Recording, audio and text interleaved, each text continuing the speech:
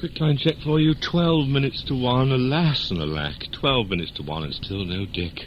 Let me hurry to explain. Over the last 3 weeks, staff at 30 primary schools have been kicking their heels, loafing at the back of the hall, having surrendered responsibility to 2 aesthetically challenged women. Oh, no, they haven't. Oh, yes, they have.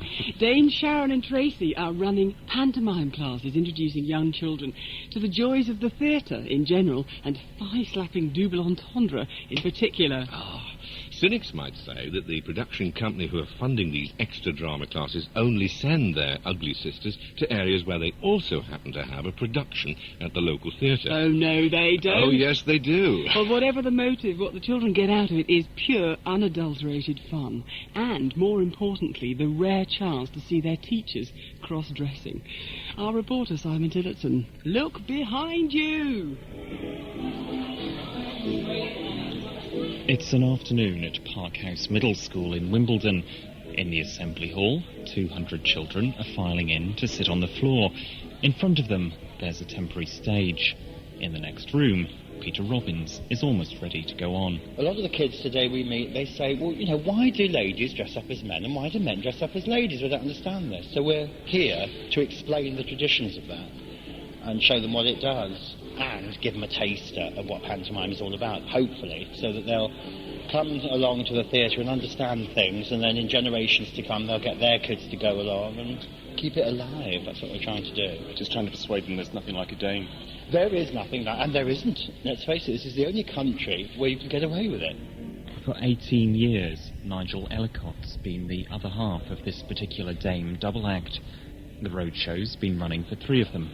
Nigel, you're looking very fetching in knickerbockers, padded bra and a stocking on your head. Yes, I have to explain, at this moment we're standing in an empty school gymnasium which we're using for changing, and we generally arrive at schools and we go into staff rooms or medical rooms or cupboards even to put on this whole stage makeup thing. But it is something very bizarre about standing in an empty school gymnasium wearing pink boots, stripy tights, and knickers that say Cadbury's on them, yes. That's the sponsor, naturally.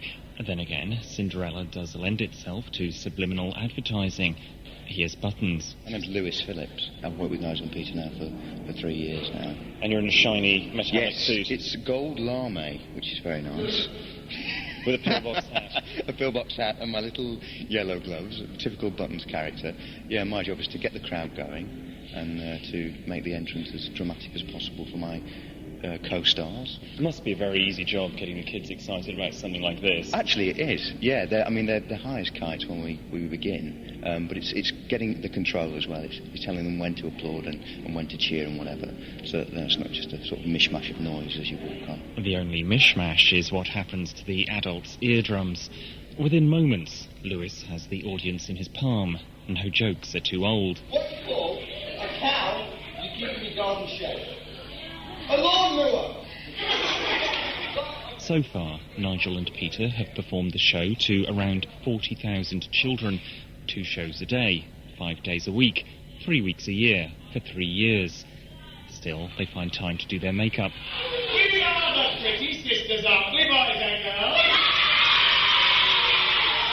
Oh, yes, we are.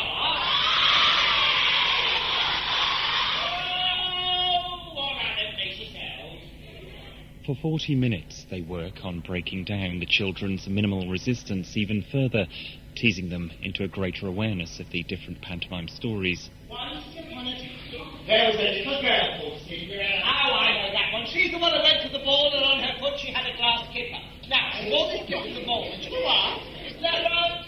No. What was it? Fee-fi-foo. Come, I can see your great big.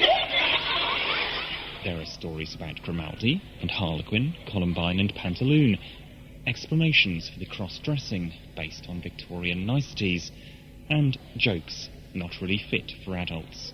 Oh, I like Joe. Would you like to be my latest? Come on. Knock, knock. I don't know. History. History. What would you find in ancient Greece? Ancient ships. There's a lot lot of business about buying tickets for Panto. Buttons goes off to do just this at one stage, before the first half ends with this message. Quick, put your coat on. Why? I just heard some terrible news. What's that? We've got to get down to that box office straight away. What, to the Wimbledon Theatre? Yes, they're running out of tickets fast. What, tickets for Peter Pan? We won't get to see it otherwise. Then we better see this lot later on. See you all later! What did you think of the jokes? I think they're really good. They're really funny. Can you remember any of them? I Yeah, what can you remember? do. What is a cow in a garden shed? I don't know, what is it? I've got the answer now. Richard King's the school's head teacher. This is the second year he's invited the roadshow along. Last year's was a great success, and he's keen to bring more fun and creativity into the school. I do think that the way the curriculum's developed recently, there's been a danger that things have been pushed out. And I think the things that get pushed out are the creative aspects, the drama, the music. I think they're the ones that we must safeguard. I wouldn't throw out maths in favour of pantomime, but... Oh, yes, you would. Oh, no, I wouldn't. Then there's the second half, and the actors are out of costume. They talk about how pantos are put together and invite some of the children and 3 of the teachers to go off and get changed into panto costumes. If the children couldn't see the comic opportunities of dressing up before, they do now. This is their response to seeing one of their classmates.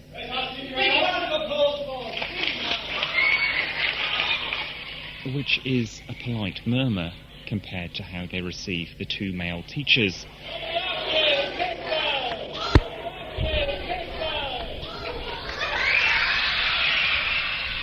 By the time they're as old as 11 or 12, these children may be too cynical to enjoy this kind of show. If Tracy and Sharon's visit can help keep them interested for a few more years, they'll be laughing their wigs off. Thank you so much. Have you enjoyed yourselves this afternoon? See you very soon at the Pantomime.